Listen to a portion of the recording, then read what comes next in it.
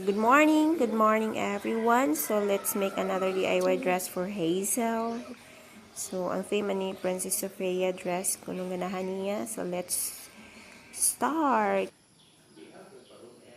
I have a long sleeve polo here. So kaninga polo wala na nako magamit kay medyo guot ang iyang long sleeve. So first akong gibuhat ako ang gitangtang ang iyang pocket. Tumatangtang ang iyang pocket at ang gigunting ang iyang button part sa long sleeve.